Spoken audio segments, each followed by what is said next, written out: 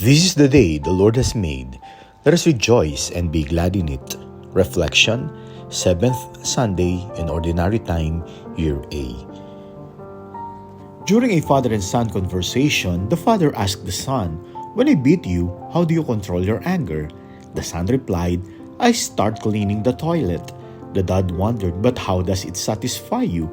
The son said, "I clean it with your toothbrush." When someone did us wrong, our first instinct is to get even. Jesus, however, is inviting us to practice non-retaliation.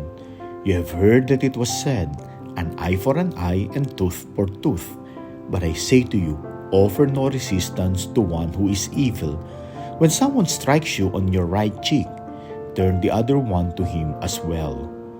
Jesus cited talionis, which is described as the law for tit for tat, an eye for an eye and tooth for tooth. This may sound bloody, but the truth is, this law was actually a beginning of mercy because it limits vengeance.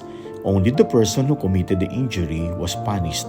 This law, however, never gave a private individual the right to extract vengeance, but rather, it guided the judge in the assessment of the punishment and penalty for the violent or unjust deeds.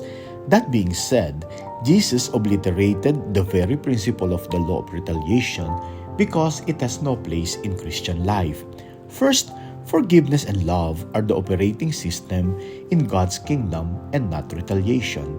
Second, Jesus doesn't want us to go down to the level of our enemies. Third, Jesus wants us to actively put ourselves back in control by setting ourselves free from being victims of their wrongdoings.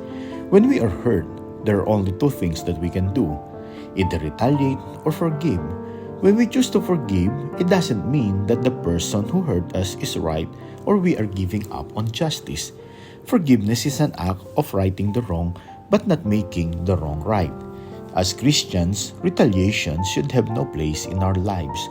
Mother Teresa of Calcutta said, "Without mistakes, there is no forgiving. Without forgiving, there is no love." As Christians, we are challenged to show our love by forgiving.